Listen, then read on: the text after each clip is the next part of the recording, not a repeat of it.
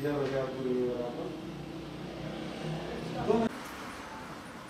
isim neydi?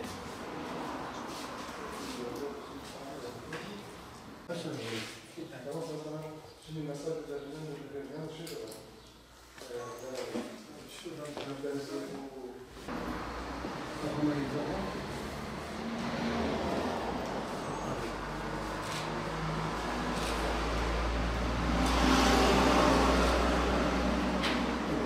الله في قوزك زكاة الله تعالى هو قانونية كان عليه بابا خليش هو ما وكينا بشيء كذي بعض.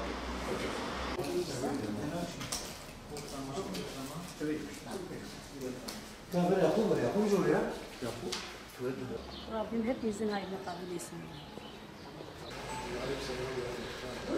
En altta.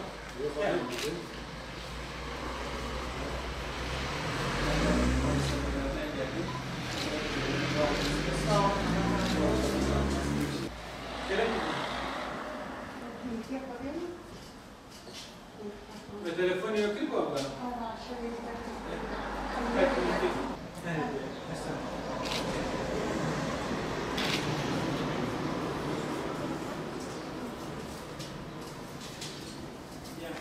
فرصة أجواء هي دعائنا إن شاء الله.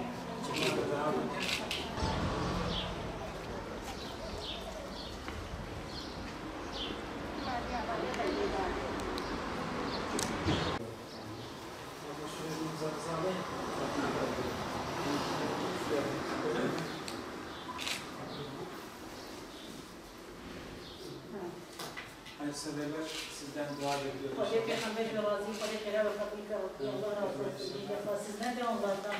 Amin ecmaîn inşallah.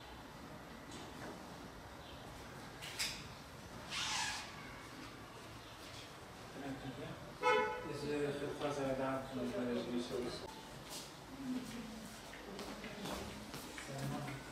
Çocukların şeyini hayırseverler sizden dua bekliyorum inşallah. Allah razı olsun. Sizden de Ramazan'a vesile olandan da verenden de Allah razı olsun. Teşekkür ediyoruz. Hayırlı Ramazanlar. Sağ olun. Teşekkür ediyorum. Allah razı olsun. Hayırlı günler.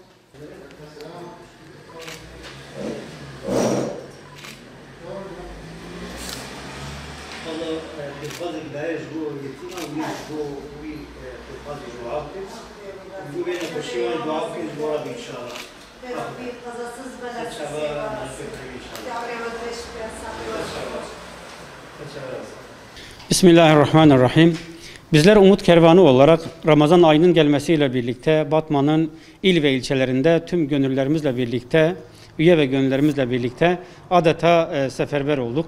Mağdur ve muhtaçlara bir nebze yardımcı olma arzusu ve sevinciyle gıda kolisi çalışmalarımız ve nakdi yardım çalışmalarımızı yaparak adeta Batman ve ilçelerinde yaşayan mağdur ve muhtaçların bayram sevinci yaşamalarına vesile olduğumuzu düşünüyoruz.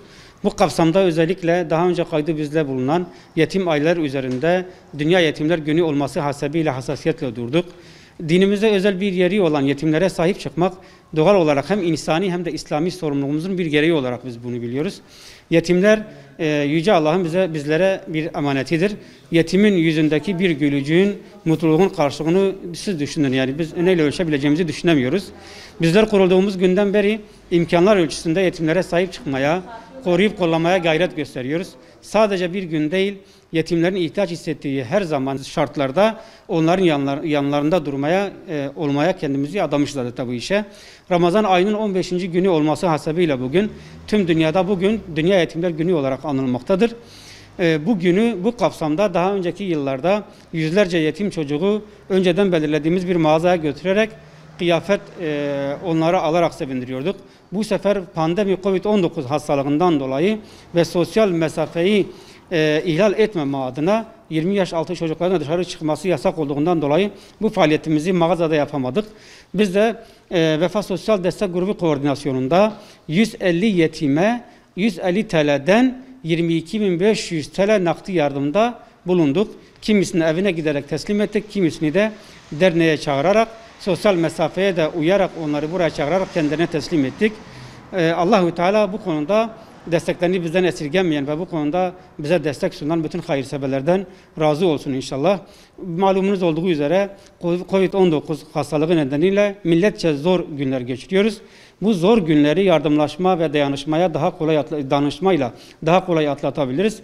Hayırseverleri belayı sadaka ile def etmek isteyenleri, yetim ve muhtaç ailelere yardım etmeye bekliyoruz.